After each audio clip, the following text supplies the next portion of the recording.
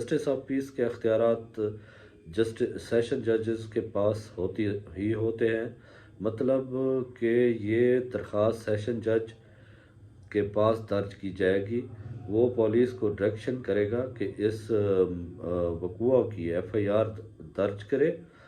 اس کے علاوہ اس کے پاس استغاثہ پرائیویٹ کمپلین کا راستہ ہر وقت موجود رہتا ہے۔ کسی بھی جرم، چاہے وہ دست اندازی پولیس ہو یا نہ ہو، کے متعلق علاقہ مجسٹریٹ کو درخواست دے سکتے ہیں۔ ضابطۂ قبل از گرفتاری: ایف آئی آر درج ہو جانے کے بعد اگر شخص سمجھتا ہے کہ اسے جان بوجھ کر ایف آئی آر میں نامزد کیا گیا ہے تو وہ بے گناہ ہے، تو وہ ضابطۂ فوجداری کے دفعہ 498 کے تحت سیشن کورٹ میں ضمانت قبل از گرفتاری کے لیے درخواست دائر کر سکتا ہے اور گرفتار ہونے سے بچ سکتا ہے۔ تفتیش: ایف آئی آر درج ہو جانے کے بعد پولیس دفعہ 156 کے تحت اس کے متعلق تفتیش شروع کرتی ہے، جائے وقوع پر جا کر ثبوت اکٹھے کرتی ہے۔ دفعہ 151 کے تحت گواہوں کے بیان ریکارڈ کیے جاتے ہیں۔ ملزم کی گرفتاری پولیس کے پاس ہوتی ہے اگر وہ دوران تفتیش قبل از گرفتاری یا ناقابل ضمانت کیس میں ملزم کو گرفتار کرے۔ اس کے علاوہ دفعہ 159 کے تحت پولیس کے پاس اختیار ہے کہ وہ کسی بھی ملزم کو بے گناہ پا کر چھوڑ بھی سکتی ہے۔ مجسٹریٹ کے سامنے پیشی: تفتیش کے دوران پولیس 24 گھنٹوں کے اندر گرفتار شدہ ملزم کو علاقہ مجسٹریٹ کے روبرو پیش کرنے کی پابند ہے۔ جب پولیس گرفتار ملزمان کو مجسٹریٹ کے سامنے پیش کرتی ہے تو اس وقت تک کی گئی تفتیش بھی مجسٹریٹ کے سامنے پیش کرتی ہے، اور اگر 24 گھنٹوں میں تفتیش مکمل نہ کی گئی ہو تو ملزم کے جسمانی یا جوڈیشل ریمانڈ کی درخواست دی جا سکتی ہے۔ دوسری جانب مجسٹریٹ کے سامنے پیشی پر ملزم ضمانت بعد از گرفتاری کے لیے درخواست دیتا ہے۔ ریمانڈ دو طرح کا ہوتا ہے۔ جب پولیس نے ملزم سے کوئی برآمدگی کرنی ہو تو وہ دفعہ 167 کے تحت جسمانی ریمانڈ کی درخواست کرتی ہے کہ ملزم کو واپس پولیس کے حوالے کیا جائے۔ اگر پولیس کو ملزم کی حراست کی ضرورت نہ ہو تو وہ دفعہ 344 کے تحت 344 کے تحت ریمانڈ جوڈیشل کی درخواست کرتی ہے۔ فوجداری: ضابطۂ فوجداری کے تحت 167 کے تحت جسمانی ریمانڈ کی زیادہ سے زیادہ میعاد 15 دن ہے، لیکن مجسٹریٹ کسی بھی 15 دن کا ریمانڈ ایک ساتھ نہیں دیتا، بلکہ وہ 2 یا 4 دن کا ریمانڈ جسمانی دیا جاتا ہے۔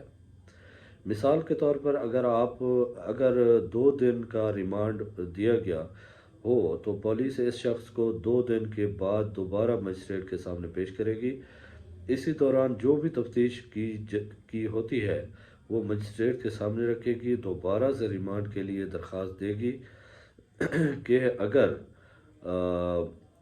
وقفے سے مجسٹریٹ ٹوٹل 15 دن کا جسمانی ریمانڈ پر ملزم کو پولیس کے حوالے کر سکتا ہے۔ اگر ریمانڈ کی درخواست دیتے وقت مجسٹریٹ کو لگے کہ پولیس نے کوئی خاص تفتیش نہیں کی تو مجسٹریٹ جسمانی ریمانڈ نہیں دے سکتا، بلکہ ملزم کو جوڈیشل ریمانڈ پر جیل بھیج دیا جاتا ہے۔ ضمانت بعد از گرفتاری: اب ہم دیکھتے ہیں کہ ایف آئی آر درج ہو گئی، ملزم گرفتار ہوا اور ہم نے 24 گھنٹے کے اندر اس کو مجسٹریٹ کے سامنے پیش کیا۔ ملزم اب بعد از گرفتاری ضمانت کے لیے درخواست دائر کر سکتا ہے، اور اگر عائد کردہ جرم قابل ضمانت ہو تو ضمانت ملزم کا حق ہے۔ ناقابل ضمانت جرم میں اگر ملزم بے گناہ ہو اور اس کے خلاف کوئی ٹھوس ثبوت موجود نہ ہو اور مزید تفتیش کی ضرورت ہو تو بھی ملزم کو ضمانت مل سکتی ہے۔ چلان: اب پولیس رپورٹ جو ہوتی ہے، اب اگلا مرحلہ پولیس رپورٹ جمع کروانے کا ہوتا ہے۔ ضابطہ فوجداری کے دفعہ 173 ایف آئی آر درج ہونے کے بعد 14 دن کے اندر اندر مجسٹریٹ کے سامنے چلان پولیس رپورٹ جمع کی جاتی ہے۔ اگر 14 دنوں میں پولیس نے پولیس رپورٹ جمع نہیں کروایا تو 3 دن کے بعد اندر عبوری چلان جمع کرائے گی۔ مطلب کہ پولیس کے پاس چلان جمع کرانے کے لیے 14+3 دن کا وقت ہوتا ہے، اسی یعنی 17 دن کا وقت ہوتا ہے۔ اسی دورانیے میں پولیس نے ہر حال میں مکمل یا نامکمل چلان جمع کرانا ہوتا ہے۔ نامکمل چلان اس صورت میں جمع ہوتا ہے جب فرانسک رپورٹ تیار نہیں ہوتی اور اس کے لیے آنے میں ابھی وقت ہوتا ہے تاکہ جتنے بھی ثبوت اکٹھے ہوئے ہیں، جتنی بھی تفتیش ہوئی ہے، اس کی بنیاد پر عدالت ٹرائل چلا سکے۔ لیکن عدالت کا اختیار ہے کہ وہ مکمل چلان کے بعد بھی ٹرائل شروع کر سکتی ہے۔ چلان کے کالم 7 کالمز ہوتے ہیں۔ پولیس نے اگر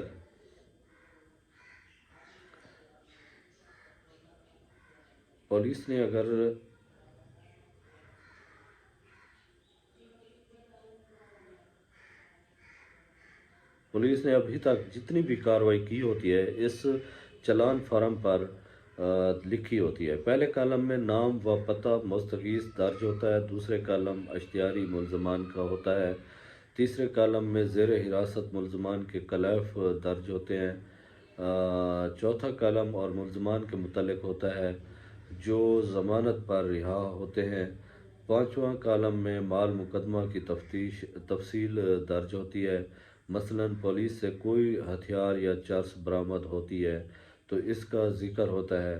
چھٹے کالم میں استغاثہ کے گواہان کی تفصیل درج ہوتی ہے، ساتویں کالم میں پولیس تفتیش کا خلاصہ لکھا ہوتا ہے۔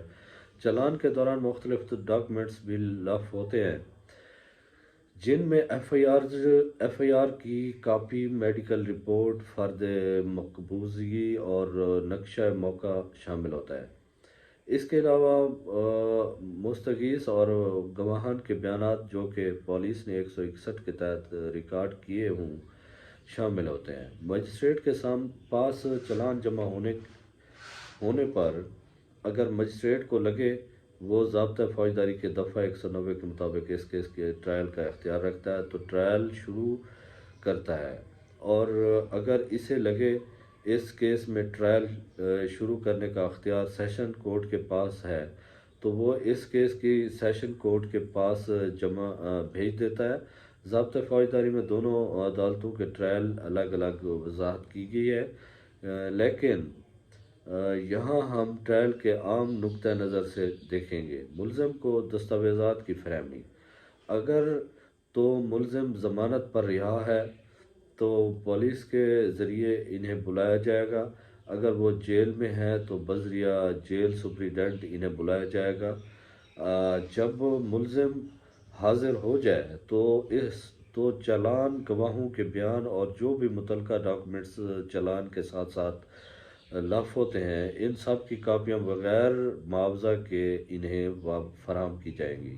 یہ ڈاکومنٹس فرد جرم عائد ہونے سے کم از کم 7 دن پہلے دینا لازم ہے تاکہ ملزم کو پتہ چل سکے کہ اس کے خلاف کیا کیس ہے اور کیا کیا ثبوت اکٹھے ہو چکے ہیں۔ ٹرائل کا آغاز۔ اب ٹرائل کا مرحلہ شروع ہوتا ہے۔ ٹرائل کا آغاز ملزم پر فرد جرم عائد کرنے سے ہوتا ہے۔ عدالت ملزم کو بتاتی ہے کہ تمہارے اوپر یہ الزام ہے، اس سے پوچھا جاتا ہے کہ آیا وہ اقبال جرم کرتا ہے یا جواب دہی کرے گا۔ ٹرائل کے دوران اگر تو ملزم اقبال جرم کے لیے کر لے تو عدالت کے پاس اختیار ہوتا ہے کہ وہ اس کو سزا سنا دے، لیکن اگر عدالت کو لگے کہ وہ جھوٹا اعترافی بیان دے رہا ہے تو عدالت اس کے بیان کو رد بھی کر سکتی ہے۔ اگر ملزم اعترافی بیان نہیں دیتا تو پھر باقاعدہ ٹرائل کا آغاز ہوتا ہے۔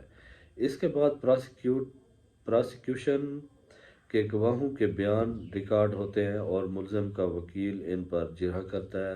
پروسیکیوشن کے پاس دو طرح کے گواہ ہوتے ہیں، ایک تو پرائیویٹ گواہ ہوتے ہیں جو کہ مستغیث کے گواہ ہوتے ہیں، مثلاً چشمدید گواہ وغیرہ۔ دوسرے پولیس کے گواہ ہوتے ہیں، جیسا کہ ایف آئی آر درج کرنے والے پولیس افسران۔ جب پراسیکیوشن کے گواہان کے بیانات ریکارڈ ہو جاتے ہیں، اس کے بعد ملزم کا 342 کا بیان ریکارڈ کیا جاتا ہے، جو کہ ہر حال میں لازم ہے۔ ملزم سے مختلف سوال پوچھے جاتے ہیں، مثلاً اس سے پوچھا جاتا ہے کہ آپ کے خلاف یہ کیس کیوں بنایا گیا ہے، یہ گواہ آپ کے خلاف گواہی کیوں دے رہے ہیں۔ ملزم ان سوالوں کے عموماً یہ ہی جواب دیتا ہے کہ میرے خلاف جھوٹا مقدمہ بنایا گیا ہے اور میں بے گناہ ہوں۔ اس کے علاوہ ملزم سے پوچھا جاتا ہے کہ کیا وہ اپنی صفائی میں کوئی ڈاکومنٹس یا کوئی گواہ پیش کرنا چاہتا ہے۔ تو ان سوالوں میں ایک سوال یہ بھی شامل ہوتا ہے کہ کیا وہ اپنے حق میں گواہی دینا چاہتا ہے۔ اگر وہ کہے کہ میں اپنا گواہ بننا چاہتا ہوں تو 340 کے تحت وہ حلف اٹھا کر اپنے ہی گواہ کے طور پر پیش ہوتا ہے اور بیان دیتا ہے کہ پراسیکیوشن اس پر جرح کرتی ہے، لیکن عام طور پر ملزم 340 کے تحت اپنا ہی گواہ نہیں بنتے اور نہ ہی اپنے حق میں کوئی گواہ پیش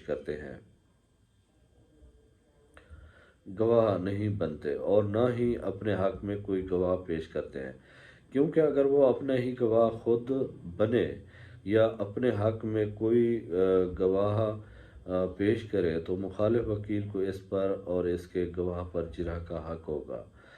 اس جرح میں ملزم پھنس سکتا ہے۔ بحث۔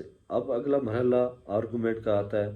دونوں اطراف سے دونوں پارٹیز کے وکیل بحث کرتے ہیں۔ فیصلہ۔ عدالت کیس کے متعلق فیصلہ سناتی ہے۔ فیصلے کے لیے ضروری ہوتا ہے کہ جج پہلے اسے لکھے اور پھر اسے فیصلے کو عدالت میں سنائے۔ فیصلہ میں مجرم کو بری کر دیا جاتا ہے یا سزا سنائی جاتی ہے۔ اگر تو فیصلہ اس کی سزا کا ہے تو ملزم کو اپیل دائر کرنے کے لیے اس فیصلے کی ایک نقل بلا اجرت دی جاتی ہے۔ یہ تھا جناب ایف آئی آر سے لے کر فیصلہ تک کا مرحلہ، جو میں نے آپ تمام دوستوں تک پہنچایا۔ جو میرے دوست اس کے متعلق کم معلومات رکھتے تھے، ان تمام دوستوں کو اب پتہ چل گیا ہوگا کہ ایف آئی آر درج ہونے کے بعد سے لے کر ٹرائل